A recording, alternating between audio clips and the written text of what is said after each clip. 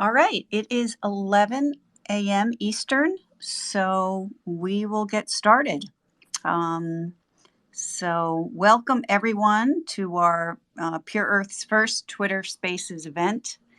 I'm Angela Bernhardt, Head of Communications for Pure Earth. Thanks again for your patience while we were getting all of this set up. So just a few housekeeping matters before we begin. This conversation is being recorded, so if you speak, your voice and your handle will be part of the recording. We plan to make it available for replay on Twitter and may repost it on other social platforms or our website. We will have time for your questions after we hear from our speakers. So please submit your questions during the discussion via DM, the direct message, to our Twitter handle at Pure Earth Now. And when you do that, please identify your affiliation, organization, if you have that, or if it's just a regular consumer question, along with your question. And Pure Earth's Twitter handle is also pinned at the top of the space. And of course, we strive to keep all conversations civil and informative and reserve the right to remove any speaker who's off topic or disruptive. And in our circles, that's quite a rare occurrence. So today we've convened a terrific panel of experts to discuss the issue of toxic heavy metal contamination in our food supply, most concerning in baby foods, but also in spices, candies, and more that we keep finding out about and we're all concerned about. So our group will discuss how this is happening, why it's happening, and what can be done to solve this problem. So joining Pure Earth in this space today are researchers and experts from Consumer Reports, the Clean Label Project, the Center for Global Development, the Global Alliance on Health and Pollution. And leading our discussion today is our moderator, Dr. Jack Caravanos. Jack is a professor at the School of Global Public Health at NYU, New York University, and a Pure Earth senior advisor since 2005. He prides himself, and we're very proud of himself as him as a practicing field-based environmental health scientist. He's done a lot of work both here in New York City and globally. Jack has traveled to over 20 countries, conducted dozens of environmental and health assessments in all kinds of toxic messes like e-waste burning sites, informal substandard lead smelters, informal gold mining sites that are polluted with mercury, tanneries with no pollution controls, obsolete pesticide dumps, and more. And he's still healthy, thank God. So I will hand it over to Jack to get started and to introduce our panel. Oh, thank you very much, Angela, for that nice introduction. So I'm joined today by a distinguished group of people covering an array of topics that are all centered on this protecting children from lead and other heavy metals, especially in our food supply. We have 5 panelists of sorts that will both dialogue with you and answer some of my questions. We'll start with Dr. James Rogers, who's at Consumer Reports, Director of Food Safety Research and Testing at Consumer Reports, a very old, prestigious organization.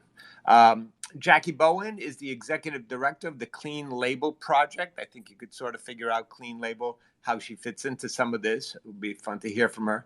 Rachael Silverman is a policy fellow at the Center for Global Development. And she'll talk about some of the larger issues of policy and regulation, and especially with related to the current administration. I'm happy to have Drew McCartor here. I've worked with Drew, traveled with Drew for many years. He's at Pure Earth, the Vice President of Strategy and Partnerships. So thanks, Drew. And lastly, we have Rachael Kupka, who's the Executive Director of the Global Alliance on Health and Pollution, a separate organization that looks at things at a much larger scale, a 10,000-foot level of sorts, and we'll talk about some of the reports of this organization. But what's bringing us all here together is, of course, metal contamination in foods and the state of the art, what's happening, and sort of how can we move forward on this. There have been some U.S. House Subcommittee reports on heavy metals and baby foods. It's gotten a lot of attention. That committee was built on the work done by Jackie Bowen's team at Clean Label, as well as the reports from Consumer Reports, the most recent in November, and everybody's worked together. So all of us here have something to do with the source of these contaminants, and we'll string it all together. Meaning, where does this material come from, and how does it end up in the foods, and how can we monitor it and protect public health better? I think we're going to start with James Rogers. James, we've spoken. I'm really happy you're here. You did some great work with this November 2021 report. So give us an overview of the report and sort of reaction of some of the companies and maybe even the next steps. So James, it's all yours. Yes, thank you, Jack. First, I would like to say that I'm going to try to cover a lot of material in a short amount of time. So I refer our listeners to the consumer.cr.org website if you really want details on these reports. The objectives of our research is to look at the levels of total arsenic, inorganic arsenic, cadmium, lead, and mercury in various foods, especially baby foods, destined for infant and toddlers. But we also looked at spices, and then to take the data and assess any associated health risk. In general consumer reports, whenever we do these studies, we test between 100 and with the baby foods, we tested cereals, snacks, fruits, vegetables, meals, and entrees. And with spices, we tested 15 different common spices. And we purchased them from a number of sources, from the internet, from stores. We also went into smaller stores such as bodegas, other West African stores, etc. And we based all of our testing and sample selection on the top selling brands or those that we can get a hold of. We shipped them to a validated laboratory that was ISO 17025 accredited for those of you who are lab geeks. And then we used the data and did a risk assessment to look at cancer and non-cancer risks that would help determine whether the concentration of heavy metals that we detect would be detrimental to a child. And this was based on consumption data from our federal agencies. In a nutshell, for the baby food, every baby food product had measurable levels of heavy metals. At least one of them, about 2/3 of them, had what we call worrisome levels of at least one heavy metals, and about 15 of the different foods would pose potential health risks to children if they ate that food regularly. Snacks and products containing rice or sweet potatoes scored the worst in our measurements. And then being organic or not did not make a difference. You still can have substantial amounts of heavy metals in the foods. For spices, we did 15 different types of spices. Again, we tested them at a accredited laboratory. They were from national and private brands. Again, looking for the same heavy metals. And what made this really attractive to me when I came up with the project is that, as we probably know, the majority of the spices imported into the United States are imported into the United States. They're not generated internally. And there's some concerns about the food safety practices of the exporters. We tested five to 10 products of basil, black pepper, chili, etc. About 1/3 of the tested products had high enough levels of arsenic, lead, and cadmium combined on average to pose health concerns for children.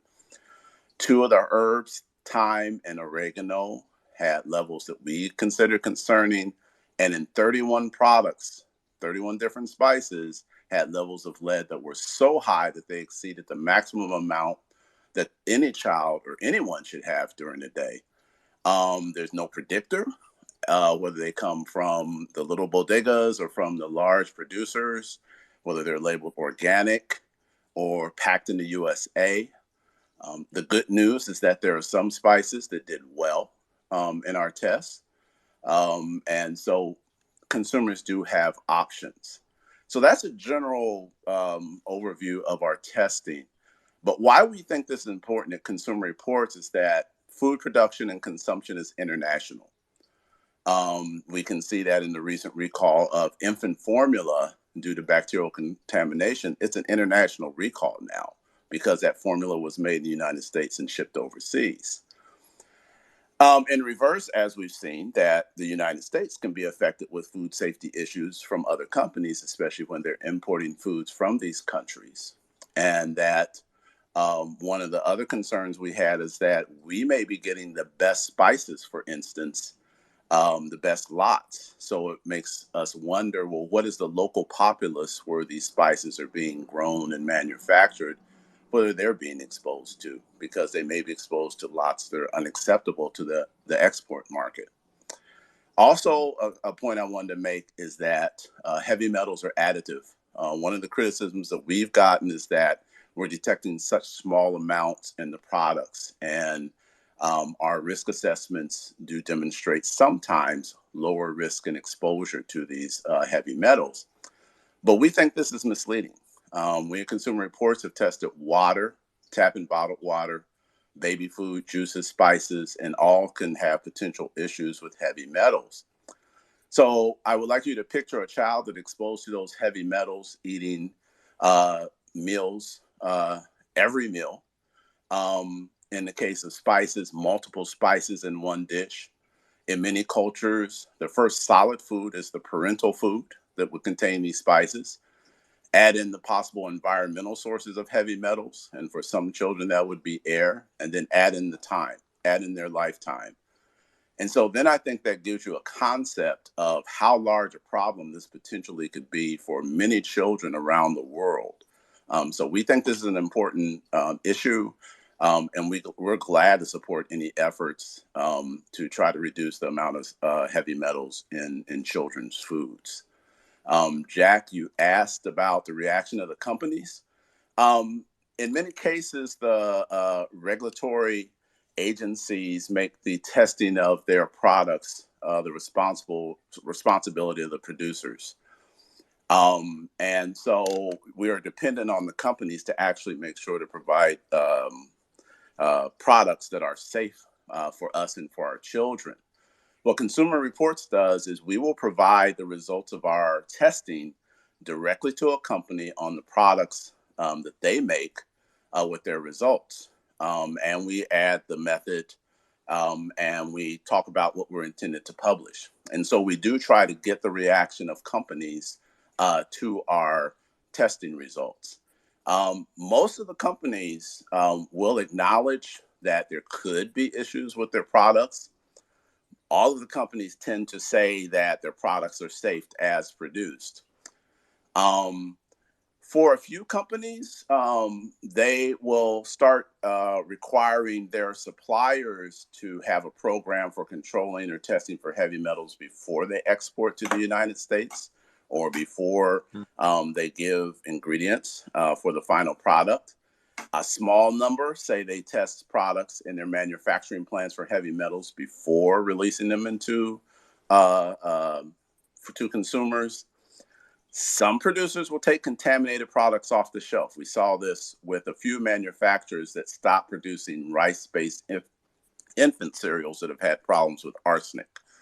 There are some producers that will actually try to reformulate their products, hopefully sourcing better raw materials, looking at manufacturing protocols to see if there's any contamination during the manufacturing process. And we saw at least 2 producers that did this with infant rice cereals. And then sadly, some will deny that there's an issue, question our methodology, question our risk assessments, saying we're overreacting, saying we're setting limits that are way too low or not possible. We know that the limits are possible because not every product tests at high levels of heavy metals. So someone out there is doing it the right way, and someone out there is producing safe food. And so we urge the manufacturers to, maybe learn from their competitors and maybe figure out a way to produce products that have lower heavy metals. But I think that addressed your first 2 questions you had for me regarding our testing of foods for heavy metals. Yes, absolutely. And I encourage everybody listening to get to see our reports. I believe you tweeted them and the links there. And they're really pretty impressive. Some nice web graphics there.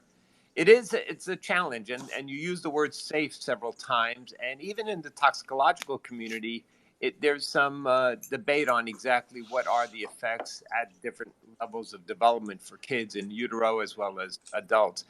But one thing's key is to try to get to a zero standard and get all this material out of all the foods. I particularly liked your comment that if this is what we're seeing in the U.S., in some low and middle income countries where there may not be as much scrutiny, things can be substantially worse. And that has been a little of my experience.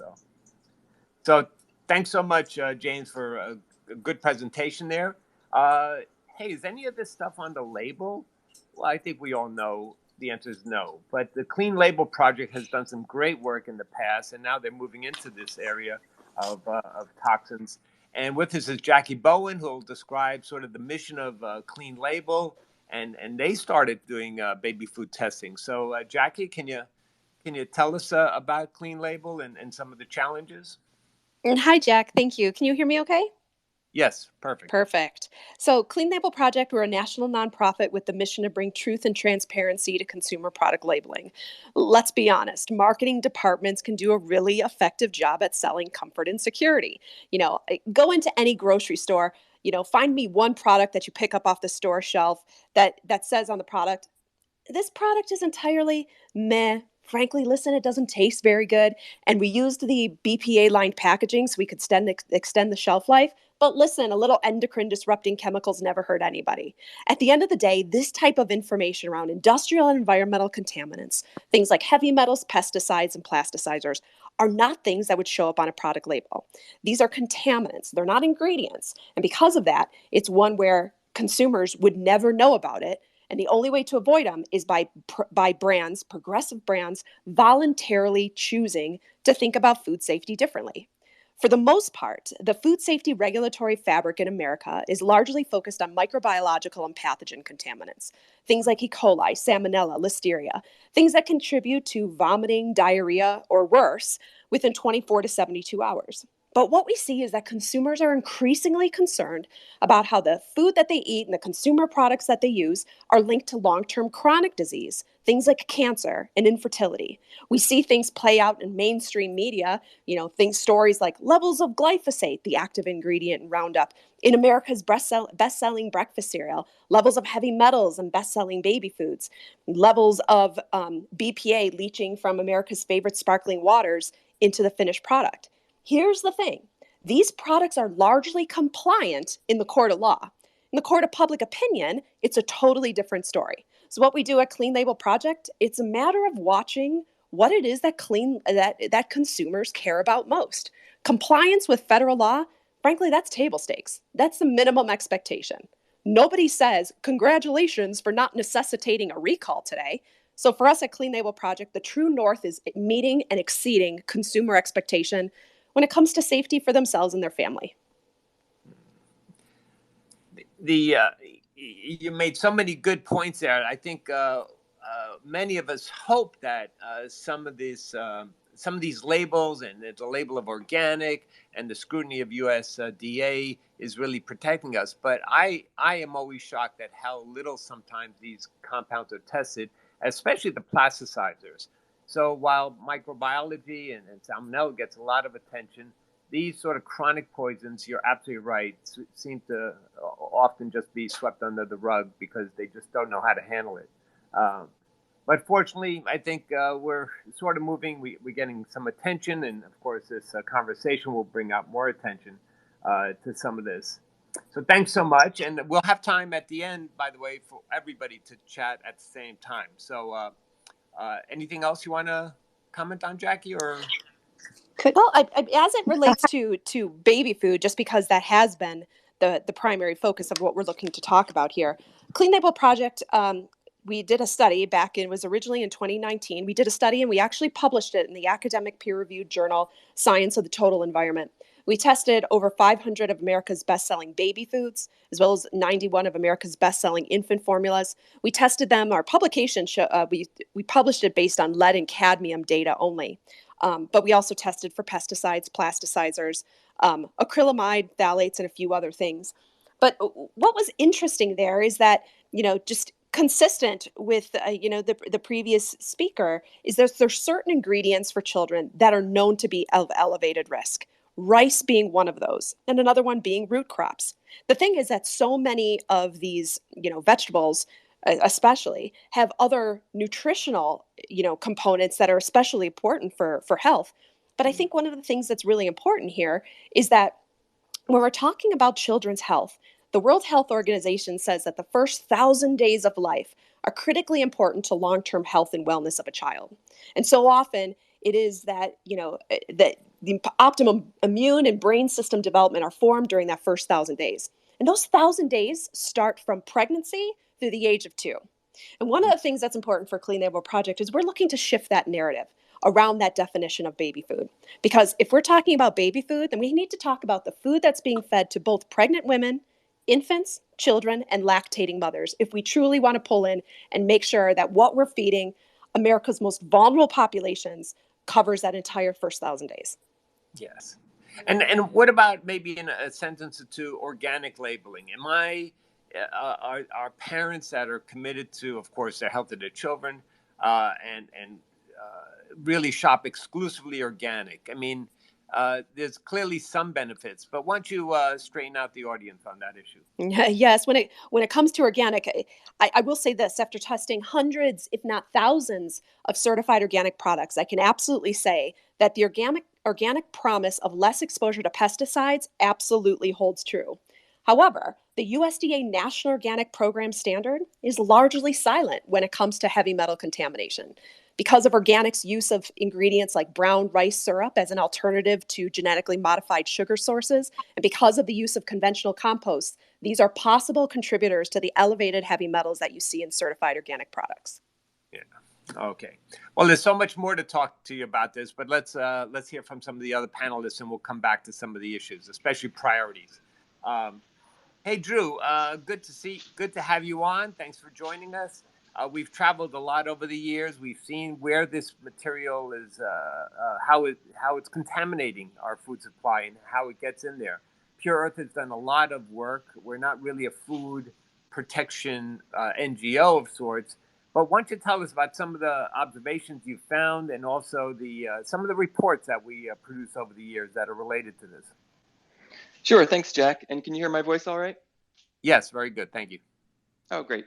So I'm Drew. Hi, everyone. And as Jack mentioned, I work for an organization called Pure Earth. We're a nonprofit based in New York, but with offices around the world.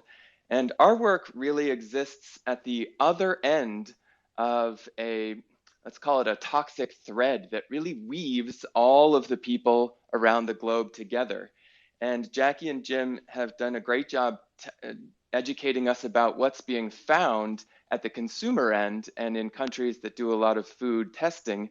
And our work really exists at the origin end of that thread, back where industrial operations and food processing occurs and where the contamination usually enters into the food chain.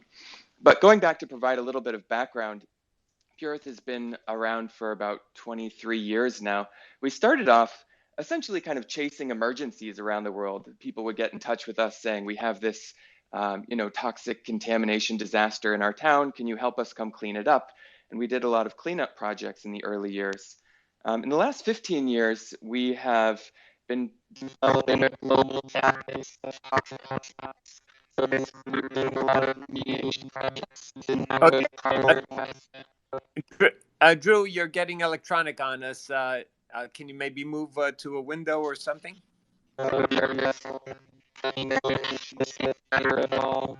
No. Okay. Maybe we'll put him on mute and we'll move to the next speaker. Drew. Sure thing. Oh, no, we can hear you now. Go ahead, Drew. Go ahead. Why don't you finish your thought there? Ugh. No. No. All right. So I think maybe we should move to the next speaker so we get some questions in. Drew, we'll get back to you shortly. So as you heard from Drew and Pure Earth work on sort of the source. Where does this material really originate, whether it's arsenic or cadmium or chromium, and how does it get into sort of the process, which is a very important question. But face it, if people want to adulterate food, they will find a way. So whether it's a colorant or something for weight, the material will eventually get in there. Anyway, I want to ask Rachael Silverman, who's with the Center for Global Development, sort of looking at a different level of this problem, the government level. You've put a call to the Biden administration on some of these issues, addressing lead and other contaminants. Can you tell us a little about what the center does and what your role is in this? Sure, and thank you so much for inviting me to join this distinguished panel.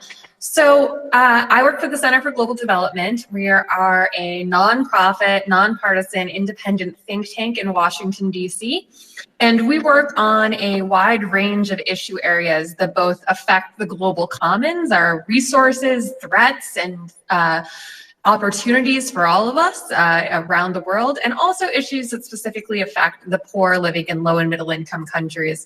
So we come at this from a pretty broad ranging perspective where we're interested in global health, global education, environment, climate, economic development, and so forth.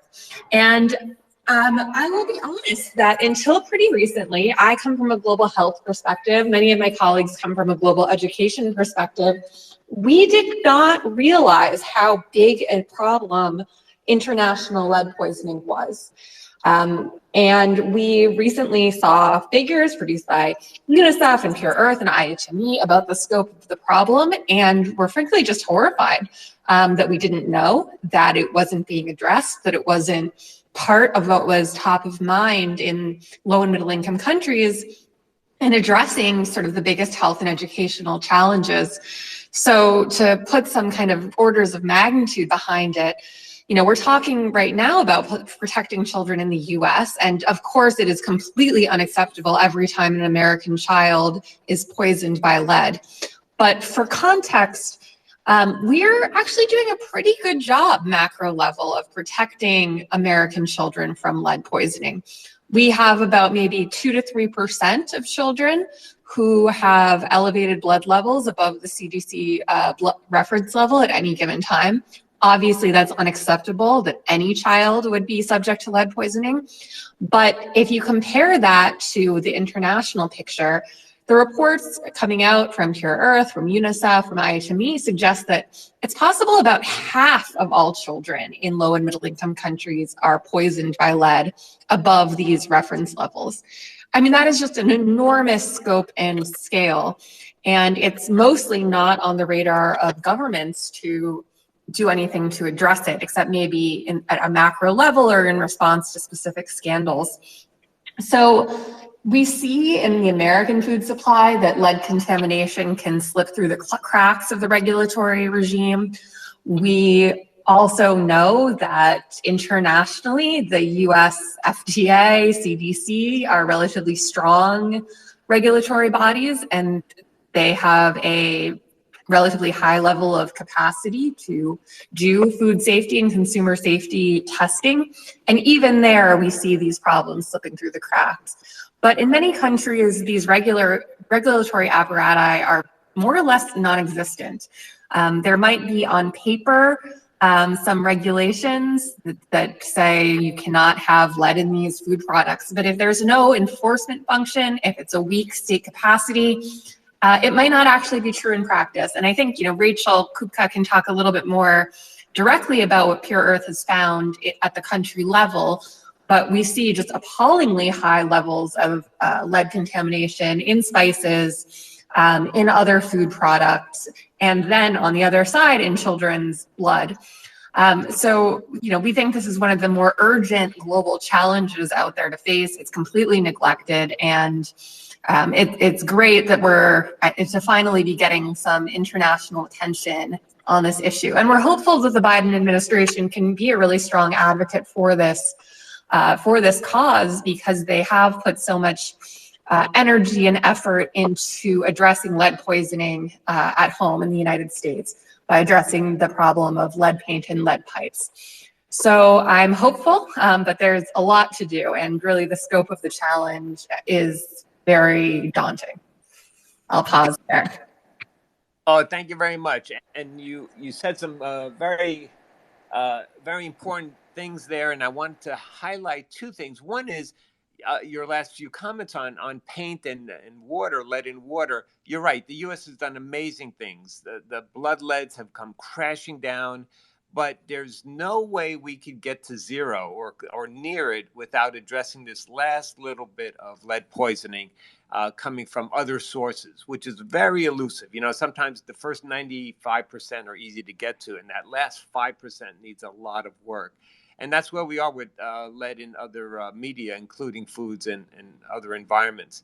And globally, when Rich Fuller sent me to India in 2005, spent 3 weeks assessing sites, it was an eye-opener, the quantity of contamination. So, and that's where I've sort of been working past 20 some odd years, is dealing with some of the contaminations in these communities where the levels of lead in blood are sky high. So thanks so much for that. And again, please tweet out some of these articles. I believe, and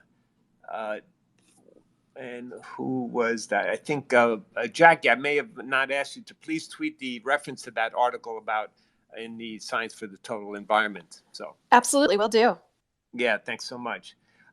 So Rachael Kupka and I also have worked closely together. Your work, the Global Alliance on Health and Pollution, doing sort of related work, but a different level. What are some of the activities that the Alliance is working with? And explain to the audience who is the Alliance and who are they comprised of?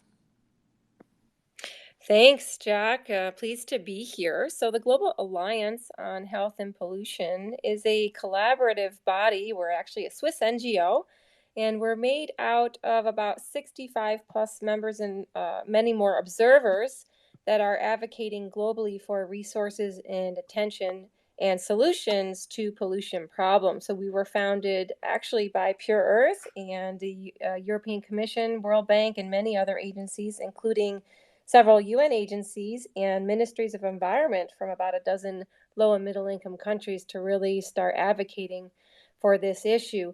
So we, along with Pure Earth, are the team that are behind the Lancet Commission on Pollution and Health that came out in 2017 and started to really change the conversation globally around pollution. That report found that pollution is the largest environmental cause of premature death on the planet. And when we break that down, lead is quite a big portion of that, along with air pollution. We're also the team, along with Pure Earth, that was behind the inclusion of pollution and health in the Sustainable Development Health Goal itself. So GAHP is really here to advocate globally for attention to this issue and with a goal to really reduce death and illness that are caused by all forms of toxic pollution, including air, water, soil, and chemical waste, with a focus on low and middle income countries. And so while this conversation is really about the domestic impact of heavy metals in the U.S., what we're concerned with is looking globally at how pollution is impacting the health of the entire world, especially low and middle income countries who are really least equipped to deal with these problems. So, we're coming at this issue from the health perspective, and with lead being a significant portion of the burden of disease, we are trying to launch a major global initiative to draw attention to the variety of sources of lead poisoning globally, from raising attention at the UN Environment Assembly, which is happening right now in Nairobi, and actually just finishing up. And then we're also looking at raising attention and awareness with bilateral donor agencies, multilateral development banks, the G20 engagement groups, and others. So we're actually still currently at the UN Environment Assembly, as I mentioned, happening in Nairobi right now, with the goal to help support the establishment of a science policy panel that would globally help put pollution on the map in terms of what other panels, similar bodies have done for climate change and biodiversity. So everyone's heard of IPCC, right? The Intergovernmental Panel on Climate Change. Well, we're hoping to help advocate for a similar type of body for pollution. And within that, because lead is such an important part of that burden of disease, we're hoping that the first focus of such a panel would be on lead. So the good news is actually the resolution over at UNEA was approved today. So we will now have a real work ahead of us to really get tackling pollution part of the global agenda high up on everybody's minds. Yes, when it comes to food, and especially food and children and populations like this, we have a different attention. When it's air pollution, water pollution, people nod. Yes, it's important, but I'm always impressed on how powerful the response is when things are discovered in food. We need it 3 times a day. We're always there. It's never going to end. And it's such a relatable sort of a topic and very real fear, especially when it comes to children. So a lot has to be done there. Turmeric. There's been a lot in the news in the past year or so, some from the New York City Department of Health and some from colleagues in Berkeley, and in Stanford, with turmeric. What's going on, James? Maybe you could start us off on turmeric. And it seems to be turmeric tea is good for you, antioxidants, but it's a little risky. What's up? Well, thank you, Jack. Our testing for the turmeric types that we could get at the spice store did not show anything that was really, really excessive. But I think we have to put it in the context in that the amount of turmeric that we use as a spice is much, much lower than you might use as a turmeric supplement or as a turmeric tea, as you mentioned, etc. So there is that concern that whenever you do some testing and you do the risk assessment, you have to consider the amount of consumption. And from what we saw, it can vary kind of widely. The second thing is the data really, really out there that turmeric is an effective supplement? One of the things that you have to do is measure the amount of active ingredients in the turmeric and make sure that they're at the concentration that they're supposed to be. And some other data that we have looked at and some testing we've looked at that of these turmeric supplements have suggested that probably the active ingredients aren't there at the level that they need to be to really be health effective. So we have cautioned consumers to really consider the source of turmeric that they're getting, the amount that they're using, and if at all possible, trying to ask the companies, are the active ingredients actually there at the level that they're supposed to be? And the source, I'm sorry, not the source, but the reason they're adding turmeric, you want to get into that? Is it gravimetric? Is it colorimetric? Why is this adulteration happening? Well, I think that when turmeric is adulterated as a spice, and we did look into some issues of adulteration, it is really to try to add something to the spice that it increases volume. So we've seen some reports of cornmeal being added to turmeric to increase the volume. Some rare cases may be sawdust added to turmeric. Again, so it's to take a little bit of the actual spice, add in some volume enhancers, add in some possible dyes, some Sudan dyes, so that you get a little turmeric to go a long way, and it's done for a financial reason. So you could sell, a little bit of turmeric for a lot more money. Yes. And interesting on that note, completely unrelated to food, but it's a good story. A group of young adults in, I believe, Denmark was intoxicated, hospitalized by an overdose of lead coming from the gravimetric addition of lead in marijuana bags. Marijuana, usually you buy it per by the gram or the ounce. And of course, the heavier it is, the more expensive it is. So people were adding little flakes of lead in these bags to get more for their money. And of course, when you smoke that and burn it, it vaporizes and causes a very serious intoxication. So it's people are adding metals like this for a variety of reasons, whether it's color or just to make something way heavier. And it's ingenious, but it's of course horrible. But I do have a couple of questions here. I have a question here from someone online. How can we keep safe? Should we buy wholly organic? Should I buy from a farmer's market? Let's see. Anybody want to take that? This Jackie, I've got a couple thoughts on that. I would Good. say that for shoppers, just be a conscious consumer. The best thing about kind of right now with being a consumer is with social media. You can ask questions, you can demand answers. Better yet, over social media, you can demand answers. So not only you get them, but everybody else that's, kind of plugged in can also receive those. So I wouldn't be afraid as a consumer to pop the hood, kick the tires. You start seeing these QR codes on product packaging in order to kind of look at test results. If there's certain products that your family loves or that you're always having to buy at the store, reach out to those brands, reach out to your favorite retailers, ask them what they're requiring in terms of making sure that those products are safe. And Jack, could I add a little bit? Sure. Go ahead, James. Yeah, so we always advise consumers in our articles when we do testing what you can do. And I have to second what my partner here has said. We always push for an educated consumer, find trusted and data and information that's out there from Consumer Reports, from the federal government, from others consumer groups, and read. And as she said, trade information with other consumers and use this information to guide your purchases. Manufacturers are very attuned to you as a consumer as to what you're buying or what you're not buying. So if you have a problem or questions or concerns, reach out to the manufacturer. Advocate for safer and nutritious food locally with your local state and government representatives. Write these manufacturers and say, well, I saw this about your product. Do you have any more information that you could help us make better decisions?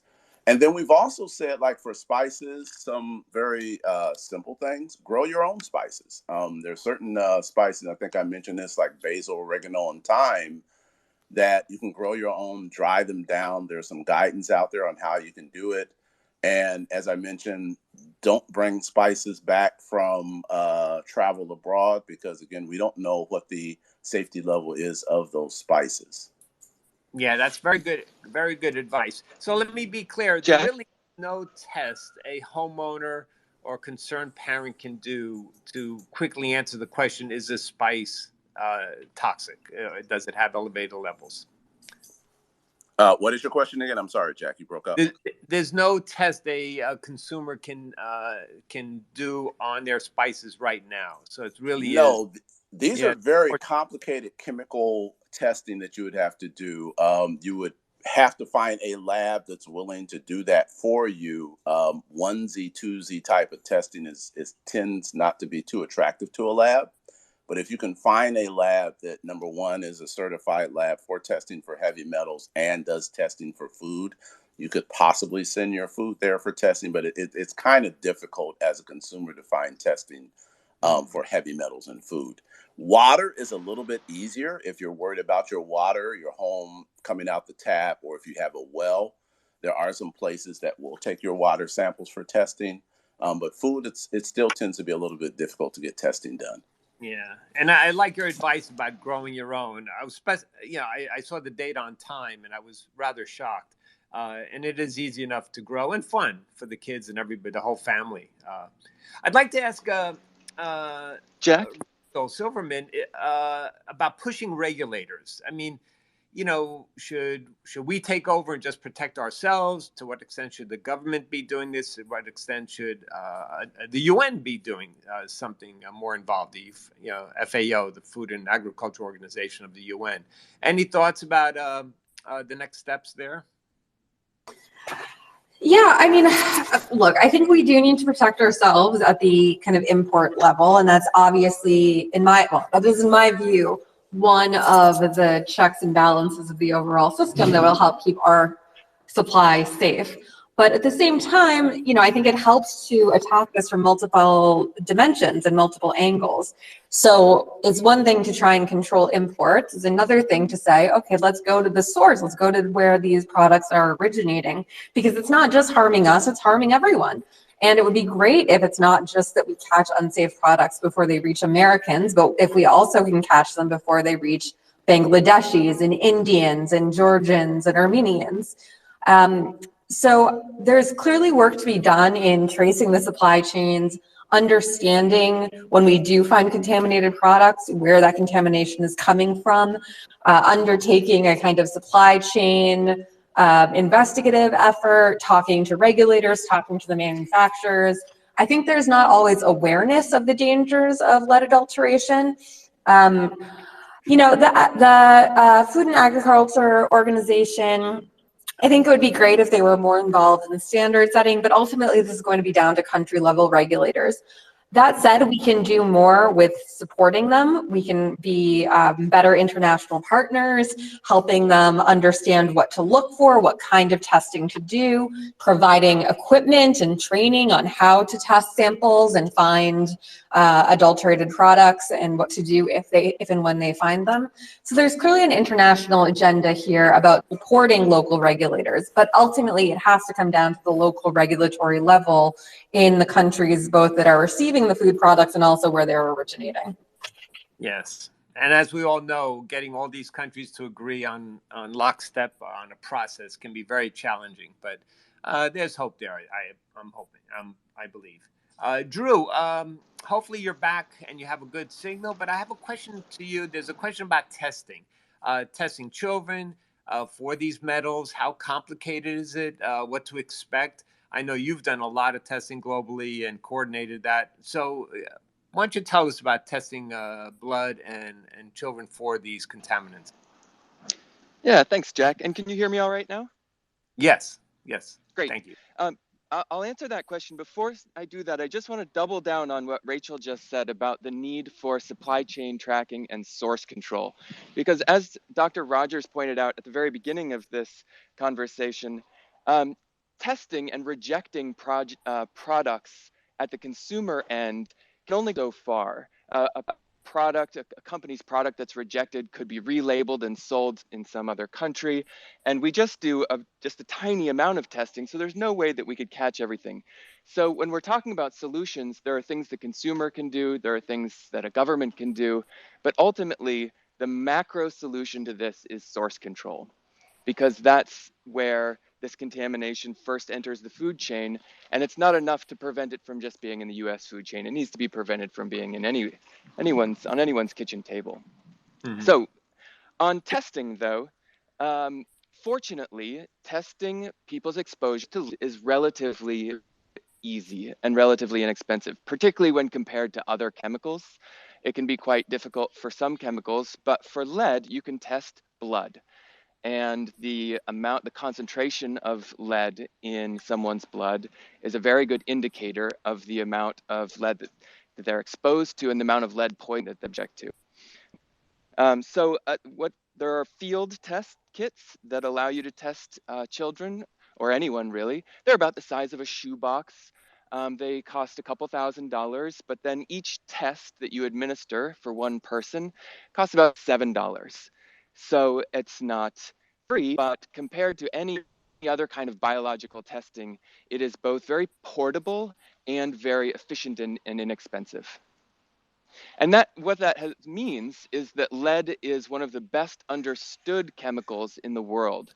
We understand its environmental spread and the concentrations in people around the world. And that's how we end up with the figures that we started off with, showing that a third of all kids in the world have concentrations indicative of lead poisoning, and that in fact in low and middle income countries, it's about half of all children.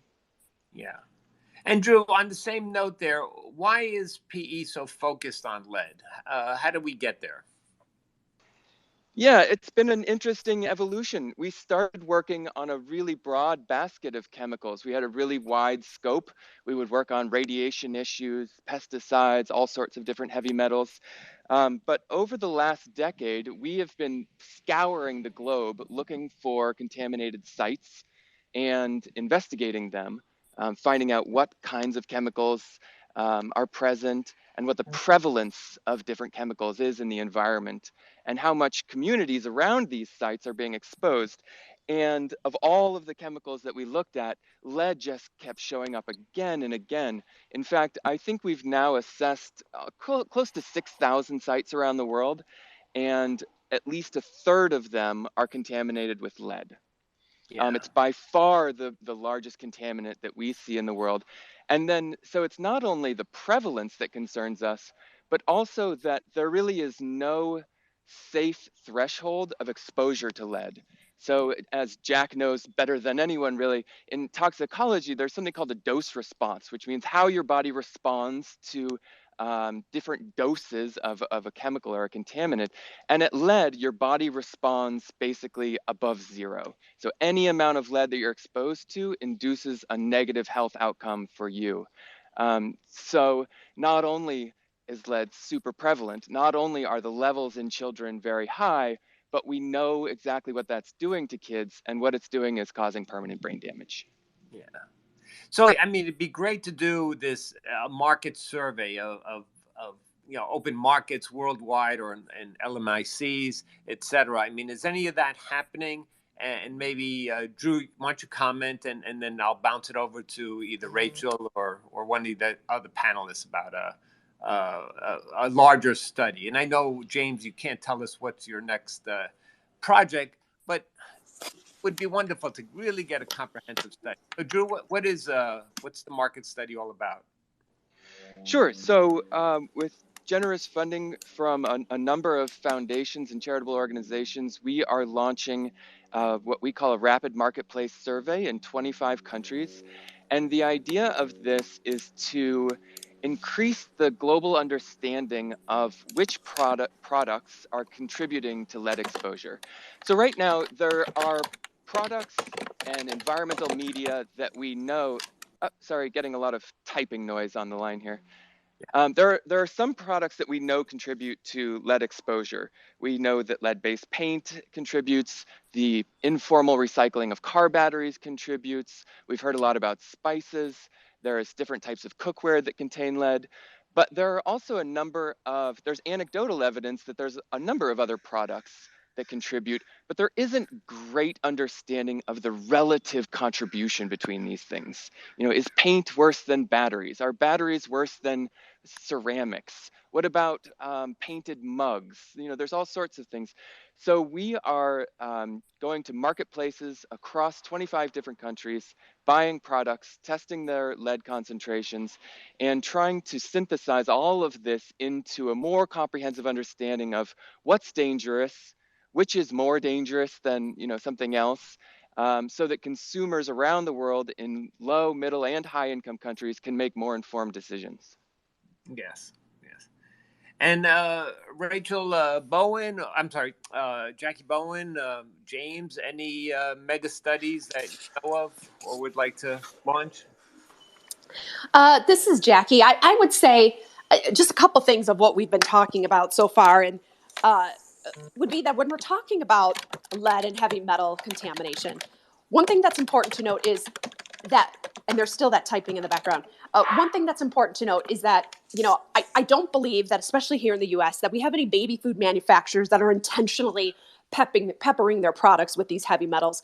Quite the contrary, I believe that they want to do the right thing. However, in the absence of clear regulatory guidance, what you end up is kind of like a crapshoot. It's a luck of the draw when it comes to the ingredient supply chain, until you think about food safety differently. The thing that to remember is that garbage in equals garbage out. So with these baby food products, good, healthy, nutritious, and products that are clean and have minimal heavy metal contamination come from clean ingredients. Clean ingredients come from clean soils, and clean soils come from really good environmental policy. So remember, pollution doesn't know any boundaries. So with that, it's one where this contamination happens, and only through proactive surveillance of incoming ingredients can brands look to minimize the contamination within their finished products. So for us, in terms of Clean Label Project, Jack, you had asked other investigations that we have coming up. Clean Label Project continues to do work really focused on those vulnerable populations, infants, children, as well as we also like paying attention to what our furry pets are eating as well. You know, when it comes to our pets, remember, unlike us, they for the most part eat the exact same thing 2 to 3 times a day, every day of their life. So it's also a matter of looking at, you know, what is it that we provide for all members of our family. And Jack, I have a slightly different take in regards to testing. Our baby food testing was completed in 2017, so that's 5 years. We are a nonprofit also, and so I would love to repeat that testing if I had the resources. Yeah. And I would love to be involved in any international testing, but as you know, you and I have talked, our focus is primarily domestic. But we have the skills and the abilities to do it. It's just a resource issue. We are also pushing for final product testing because we have seen incidents where the base ingredients for a product have come into a factory, and if they don't use good manufacturing practices, they can contaminate a once clean product with clean basic ingredients into a final product that has heavy metals. Mm-hmm. So we are pushing both for ingredient testing, but also final product testing before it's sent out to consumers. Okay. Good. Anyway, we're near the end of our line there. I wanted, there's an initial PECP. Drew, what is PECP in a sentence or two? Sure. Thanks, Jack. Protecting Every Child's Potential is about a 1.5-year-old initiative that was founded by the Clarios Foundation, UNICEF, and Pure Earth. And it really followed right on the heels of our publication of the lead report, The Toxic Truth, that's been alluded to. And Protecting Every Child's Potential is a platform to energize and activate more work to prevent lead exposures. So the 3 founding organizations, and now more than 10 total partners that have joined since then, have committed to this goal of protecting kids from lead exposure, are working on this in all sorts of different ways: research, direct interventions, testing, monitoring children. And we believe it is the largest international program with this focus on preventing lead exposure. So I encourage anyone interested in getting involved to hop over to protectingeverychildspotential.org, reach out to any of those 3 founders or anyone else involved. Like I said, there's now a big consortium involved. It's a good source of information, and it's a way to get you and your constituents engaged. Thank you very much. Thank you, everybody. We're just about at the end. I want to remind everybody that we'll put all these resources on the Twitter-Spaces-discussion web link at Pure Earth. Just go to Pure Earth and you'll see that web link. I also encourage you to reach out to Consumer Reports, subscribe, that'd be nice. They're a volunteer organization of sorts. And all these organizations, whether it's Clean Label or the Center for Global Development. So thank you, Jackie. Thank you, Rachel. Thank you, Rachel S., for your participation. I think this is hopefully the beginning of a dialogue, and we'll do some more of these and maybe focus in on a couple of other areas as well. So thank you very much, everybody. And we will have a recording of this, and we'll post it on the link, and hopefully that'll be shared throughout the entire social media world. Okay, everybody, have a great day. Goodbye.